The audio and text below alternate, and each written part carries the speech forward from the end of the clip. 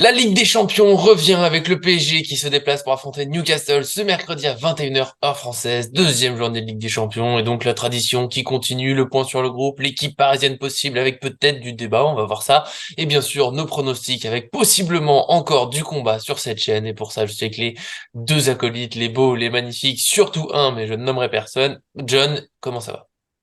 Et écoutez, ça va très très bien.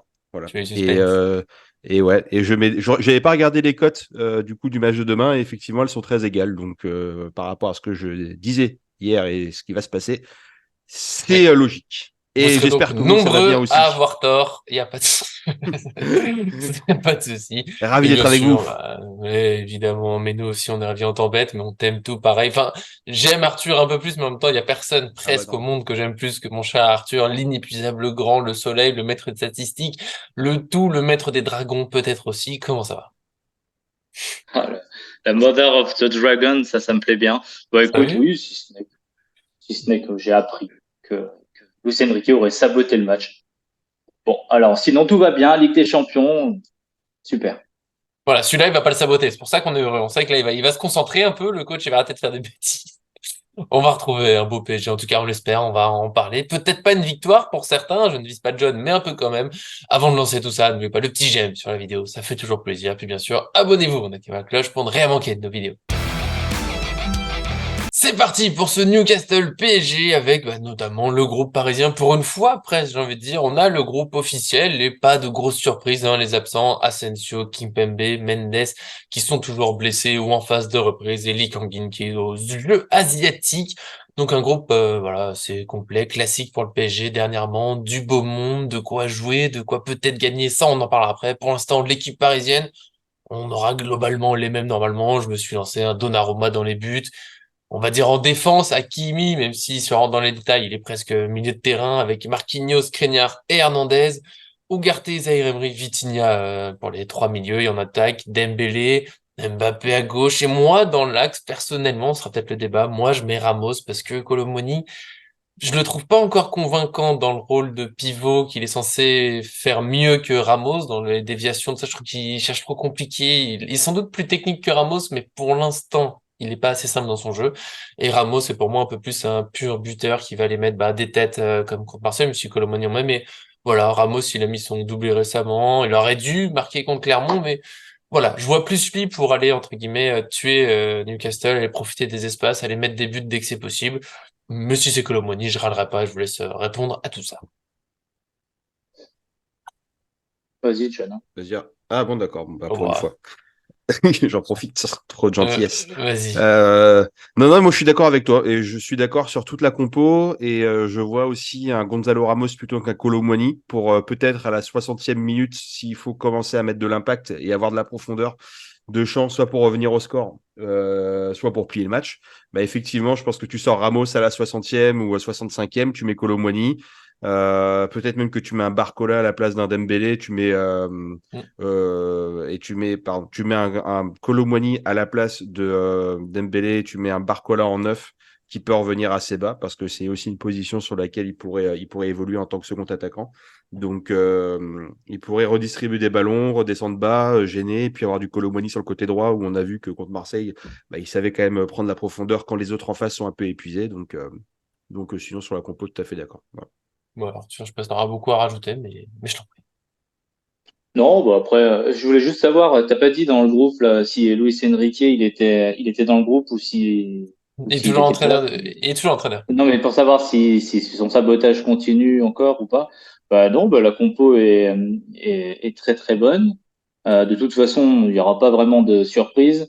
Moi, Non. j'aurais peut-être tenté dans un idéal et tout, peut-être tenté un jour sans Dembélé, mais ça sera pas sur ce match-là, donc ça vaut pas le coup de trop en parler. Je suis assez d'accord avec Gonzalo Ramos parce que bon, on l'a vu, hein, il prend les ballons de la tête, incroyable. Devant le but, c'est quand même plus précis que Kolo Muani.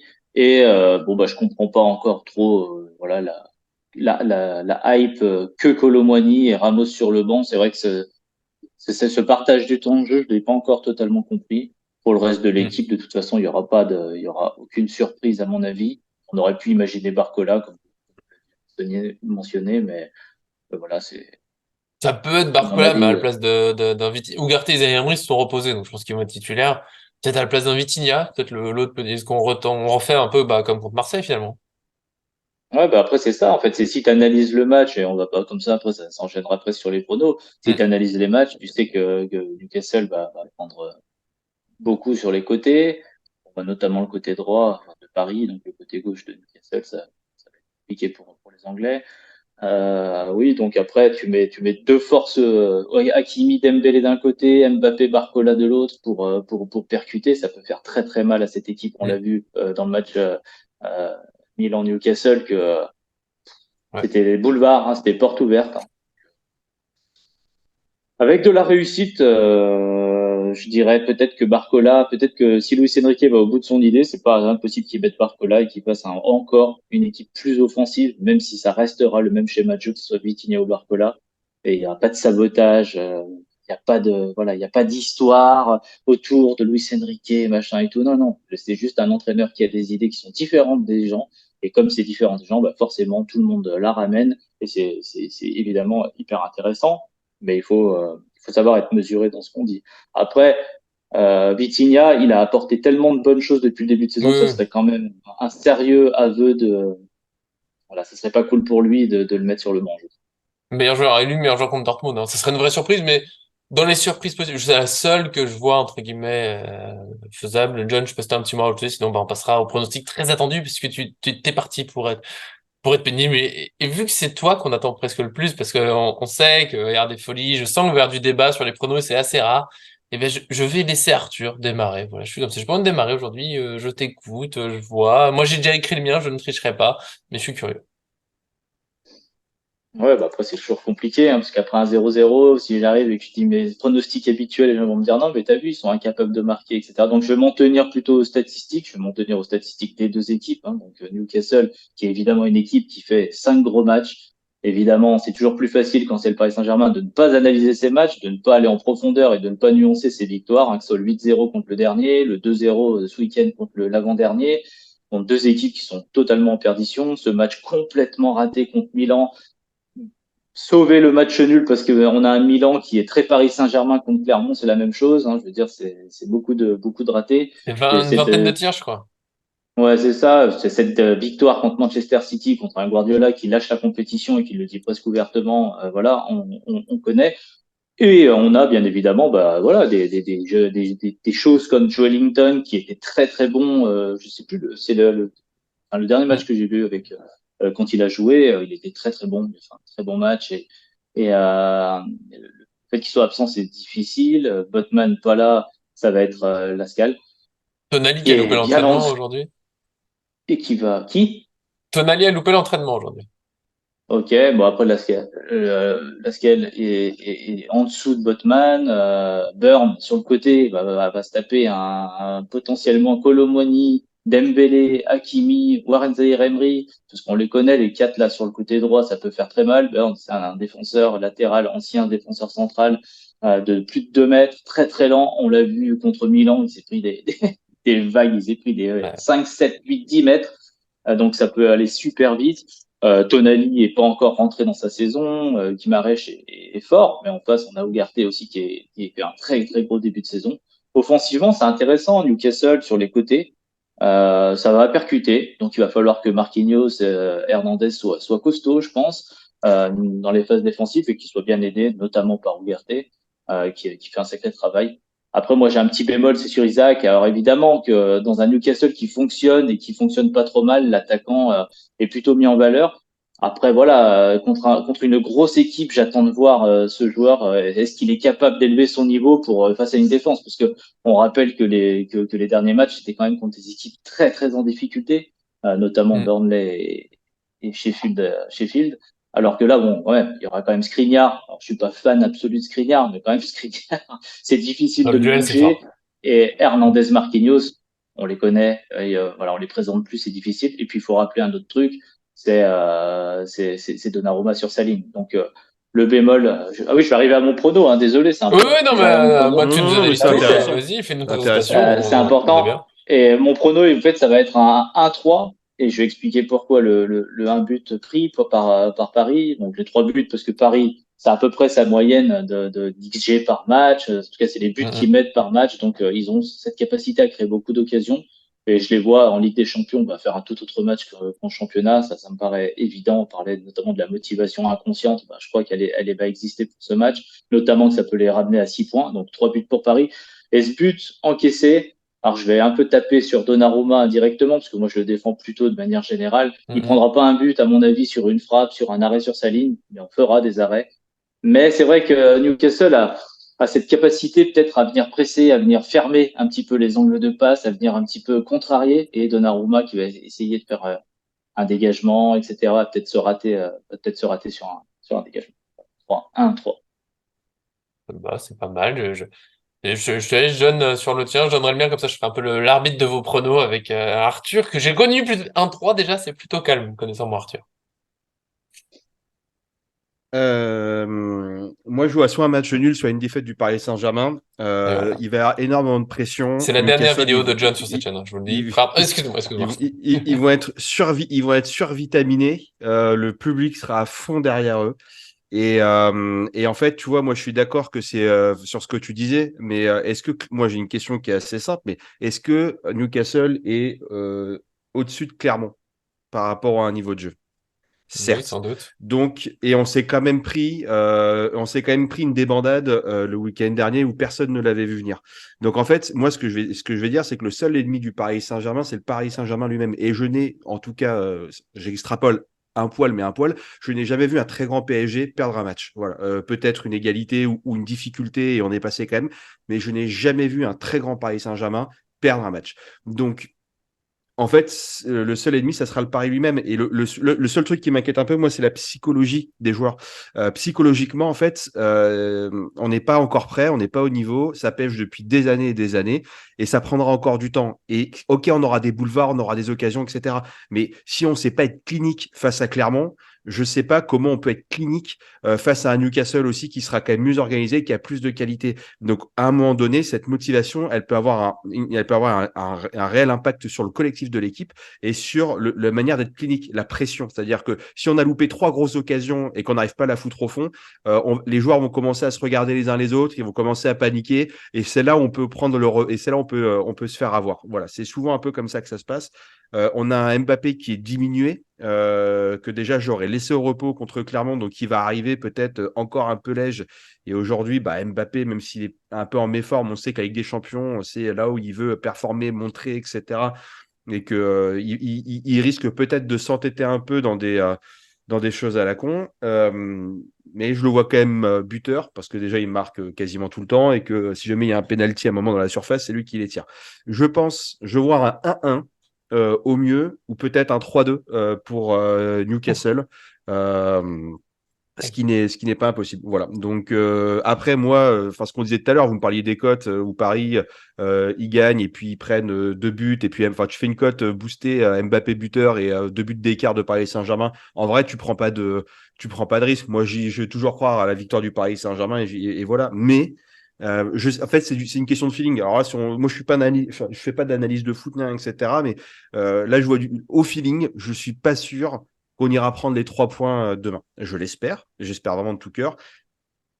Mais j'ai ce doute-là, comme avant certains matchs où tu dis, là, on sent que ça va être un peu le match un peu casquette où je sais pas si on va sortir la tête de l'eau, quoi. Voilà. Et je dis pas qu'on va pas dominer le match, hein, c'est pas ce que je dis. Mais en fait, si tu veux dominer un match aujourd'hui, ça fait pas forcément prendre les 3 points. Donc, on aura une équipe qui sera différente. Aujourd'hui, on aura peut-être Ugarte qui est la pièce maîtresse de notre équipe. Et en fait, il y a une équipe avec et une équipe sans Ugarte. S'il sera sur le terrain, ça permettra peut-être de faire d'autres choses. Mais je sais pas. Je pense qu'on sera plus concentré face à un C Milan où ça sera compliqué, mais on sera concentré plutôt qu'à Newcastle où on risque Ouais. de prendre un peu l'eau à l'extérieur. Voilà. Non, mais c'est chacun son feeling. J'ai du mal à envisager que le PSG soit pas concentré sur le match de Ligue des Champions en général. Il passe pas trop à côté. Bon, l'année dernière, je peux plus parler de l'année dernière. Voilà, moi je m'appuie pas trop sur le match contre Clermont. C'était voilà, on a déjà beaucoup parlé hier. Si on met les buts sur les occasions qu'on a, il est pas si mal le match. Et surtout, Et c'est tellement un autre match que c'est autre chose. C'est la Ligue des Champions et voilà. J'ai l'impression que le PSG en tout cas contre Dortmund, il a l'air très très concentré, déterminé de son vœu. Bon là, c'est à l'extérieur. Mais après, il y aura une grosse ambiance là-bas. Je pense que on a des joueurs qui vont pas avoir peur ou autre. Il y a la pression que met Newcastle. Là, oui, il peut y avoir des petits soucis, mais en même temps, je trouve que le PSG a quand même pas mal progressé parce que juste nous presser, bon, ça fait pas tout non plus. Il peut y avoir des espaces et surtout, bah, il y a des défenseurs à Newcastle qui sont pas très rapides. Tu peux aller presser haut, hein, mais les fois on va sortir avec Dembélé, Mbappé et Ramos ou Colomoni ou Barcola. Voilà, ça peut faire pas mal de buts. J'avais mis 1-3 aussi parce que Newcastle est quand même assez fort sur coup de pied arrêté. J'ai vu, alors que nous, ça reste le petit point où j'ai peur à chaque fois. Donnarumma sur sa ligne est super fort. Dans les sorties, je vois bien un corner, coup franc où il hésite un peu et puis il y a Burn ou un autre très grand qui vient nous mettre une tête. Voilà, je vois bien Newcastle marque comme ça. Bien sûr que le match peut être compliqué. De toute façon, le foot, il n'y a jamais une certitude absolue sur un résultat. En plus, la Ligue des Champions, c'est toujours particulier. Newcastle, ils vont être à fond. Peut-être que je vois bien 10-15 premières minutes où c'est un peu dur, on prend des coups, on perd quelques ballons, mais si le PSG arrive à mettre le pied sur la balle, bon, après, on sait qu'ils peuvent épuiser l'adversaire, faire plein de choses. Donc voilà, 1-3, ça me paraît pas mal. Je sais pas si, pour une fois, voilà, est-ce que Arthur a des trucs à dire sur ce feeling de John? Est-ce qu'on essaie de le rassurer, notre John, Non, qui a l'air bouleversé? non, mais déjà, merci John de bien préciser que c'est ton feeling, parce qu'évidemment les Mm. feelings existent, et ça, c'est Ah, mais hyper je connais, des important. fois, t'es avant un match, je le sens pas. Oui, oui, Et des non, fois, mais t'es ça, confiant c'est pour pour rien. ça. Non, mais c'est pour ça que moi j'ai une approche beaucoup plus analytique, on va dire, de ce que j'ai vu en termes de match, etc. Mais j'ai pas la vérité non plus. J'ai pas une Voilà! victoire du PSG On le pure saurait dans les depuis mains. le temps si on avait bon. Sinon, je serais pas là à faire des vidéos. Je serais déjà riche, évidemment. Vous savez Oui. bien. Non, mais non, mais après, je suis assez d'accord avec ce que dit John. Mais par exemple, là, moi, ce qui me fait tomber de ma chaise, et désolé, hein, c'est pas de l'acharnement, c'est quand j'entends ces comparaisons. Que je ne supporte pas, mais vraiment du style, est-ce que tu penses que Clermont c'est plus fort que Newcastle, etc. Ça n'a rien à voir. C'est comme si on disait, tu vois, le PSG l'année dernière, ils perdent contre Marseille en Coupe de France, après ils les explosent 3-0, tu vois. On ne sait pas la vérité d'un match, la vérité d'un truc, Mm, etc. C'est compliqué. Ce qu'on dit de Paris avec la pression, elle existe évidemment, même si Paris a changé quasiment tous les joueurs de son effectif. Donc normalement, au niveau pression, le groupe il est plutôt sain. C'est plus du tout le même Paris Saint-Germain. On a enlevé quand même, il reste Marquinhos, mais voilà, c'est quand même mm. vachement, on a quand même vachement enlevé tout ça. Et puis après, il faut pas oublier, tu parlais, on peut faire la psychologie inversée. Tu parlais de Newcastle qui accueille à Saint James Park depuis 2003. Ça fait 20 ans qu'ils n'ont pas joué un match de Ligue des Champions à domicile. La pression, eux, dans leur tête, ils se disent pas, on n'a rien à perdre, on va aller battre le Paris Saint-Germain. Dans leur tête, ils se disent, on a des propriétaires qui attendent de nous qu'on tape le QSI et les Qataris et le Paris Saint-Germain. Ah Donc, ouais. ils vont venir aussi avec de la pression. Et en fait, cette pression-là, je pense qu'elle peut aussi les atteindre eux de leur côté. Et après, bah, quand tu as deux équipes qui ont la pression dans un match un petit peu tendu, bah, c'est la meilleure équipe qui gagnera ce match où il y aura match nul, tu vois. Et là, le feeling, bien évidemment, il rentre Mm. en jeu. C'est-à-dire, si Paris marque pas ses buts, ne marque pas ses occasions, bah, on pourra rien faire. Ni toi, ni moi. De toute façon, on aura d'impact sur ce match au final, quoi. Oui, et puis comme on peut dire aussi, voilà, Newcastle, ils ont pas fait deux matchs de Ligue des Champions, enfin un seul depuis, et sinon depuis très longtemps il n'y en a pas eu, donc peut-être qu'ils l'abordent de manière un peu différente où on connaît quand même les grandes équipes qui ont l'habitude de la gagner. Généralement, Mm. c'est des compètes qui leur font pas trop peur, on va dire le Bayern, le Barça, le Real ou des choses comme ça en règle générale dans l'histoire du foot. Après, moi ce que je veux dire par là, c'est que si on arrive à faire un nul contre Clermont avec l'effectif qu'on a, je dis pas que une Ouais, mais il manquait non-victoire trois du Paris joueurs, John. Saint-Germain ouais, Mm. mais une non-victoire n'est pas complètement à sortir et c'est une Mais c'est jamais probabilité. Et en fait, impossible. j'ai regardé les cotes juste avant. Je les avais pas regardées juste avant qu'on fasse la vidéo, mais franchement, je suis choqué de voir qu'il y a une égalité aussi parfaite. Je pensais voir un Paris Saint-Germain bien plus victorieux que ça, mais d'après les bookmakers, où c'est quand même leur métier de faire de l'argent, c'est-à-dire on va pas perdre d'oseille, etc. Généralement, ça donne quand même une tendance et qui n'est absolument pas toujours vraie dans les matchs de Ligue des Champions, mais ça donne une tendance. Et moi, je pense que Newcastle, on les sous-estime énormément et que je ne serais pas étonné de voir que ce sera l'équipe piège de ce groupe-là. Et bon, mais maintenant, c'est trop Ouais, tôt mais, pour le dire, mais un nul contre. ouais. Imaginons ils ont fait un nul contre l'AC Milan, ils font un nul contre nous, on perd. Ça leur relance quasiment leur compète, façon de parler, mais pas C'est loin. l'équipe la Donc, plus inexpérimentée, l'équipe la plus faible de notre groupe. Ensuite, enfin, je veux dire, Newcastle, les bookmakers, ils sont basés sur quoi? Ils sont basés sur ce qu'on s'était déjà dit en off, toi et moi. C'est-à-dire, tu regardes les scores de la semaine dernière et tu vois 8-0, 2-0, 5 clean sheets de suite. Victoire contre Ouais, City. victoire métier, contre City, ils ont tenu. Oui, non, mais ce que je veux dire, c'est que les bookmakers, justement, c'est quoi nous notre rôle? Enfin, si on faisait des paris sportifs, c'est quoi notre rôle? C'est d'aller chercher les meilleures cotes. Et moi, de mon point de vue, c'est une cote complètement favorable pour le PSG. D'ailleurs, tout le monde va parier pour le Paris Saint-Germain avec une cote aussi. Je suis en train, pardon, non, c'est pas grave. Paris n'a pas perdu depuis combien de temps en Ligue des Champions en phase de groupe? 83% de gens parient sur Paris Saint-Germain, effectivement, sur Winamax. C'est quand la dernière défaite de Paris en phase de groupe de Ligue des Champions? Parce que on parle de l'expérience, etc. Le PSG, c'est sûr, a fait des très mauvaises choses en huitième de finale et n'arrive pas à passer le cap, ça on est complètement d'accord. Mais en phase de groupe, même l'année C'est dernière, Benfica, non? contre un PSG, bah non, ils ont pas perdu. Ils ont fait Non, on deux est matchs nuls déçus, l'année mais on n'a pas dernière. perdu. Il y a eu 2 matchs nuls, Ah pardon. non. Ok. En fait, le Paris ne perd pratiquement jamais en phase de groupe, ou en tout cas, s'ils perdent, c'est Real Madrid, c'est le gros Il y a du eu groupe. Liverpool, C'est mais c'est jamais. gagné. Mais Mais oui. c'est le gros du groupe, Liverpool. Ouais. Tu vois, c'est pas le petit du. Enfin, c'est Newcastle le petit, c'est le moins expérimenté, Newcastle. On peut pas dire le contraire. Oui. Bon. Voilà. De toute façon, les pronos, hein, on sait, si on pouvait voir tout juste, On on serait pas là. l'utiliserait bien. Ah si, on serait là quand même, mais avec un autre décor, voilà, on aurait des petits cocktails au bord d'une piscine. Bon, on fait comme on peut. On espère qu'au moins l'un de nous aura bon plutôt dans les victoires du PSG. Là-dessus, John, je comprends le feeling des fois, on n'a pas le feeling, mais on va dire que tu préfères quand même que avoir tort sur ce match parce que si on gagne, bah tant mieux, évidemment. En tout cas, vous qui nous regardez, bah évidemment, donne aussi l'équipe parisienne. Bon, on n'a pas fait trop de débats. Si vous avez d'autres idées, soyons fous. Sinon, dites si vous préférez Colomoni ou Ramos ou Barcola Vitinha. Kurzawa. Et sur les pronos, non, foula. Attention, nous sommes des gens sérieux.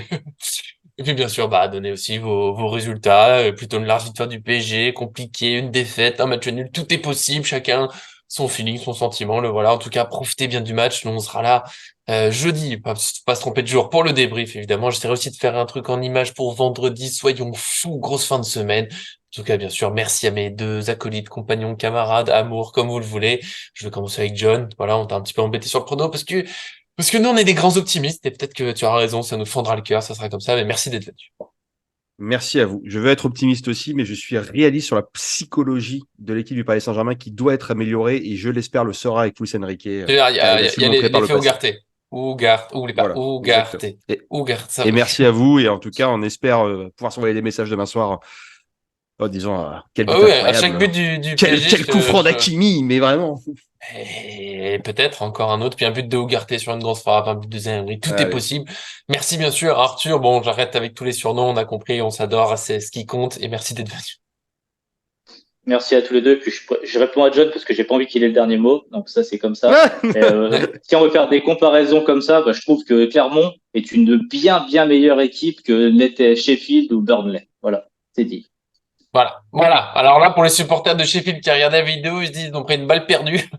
Mais bon, ça fait plaisir. Non, mais il faut regarder le match. Le 8-0, quand tu regardes le match, ils font des passes aux joueurs de Newcastle. Donc à un moment, je veux dire, on n'a pas ça contre Clermont. Clermont a essayé de jouer au foot. Quoi. Clermont, encore une fois, pour ceux qui jouent à FC, pour ceux qui jouent à FC 24, pour ceux qui jouent à FC 24, c'est exactement ce qui se passe en ce moment avec les passes précises. Voilà, il y a des différences. En tout cas, je le dis ici, je ne pense pas que Clermont finira relégable en Ligue 1, mais bon, ça, c'est d'autres pronostics.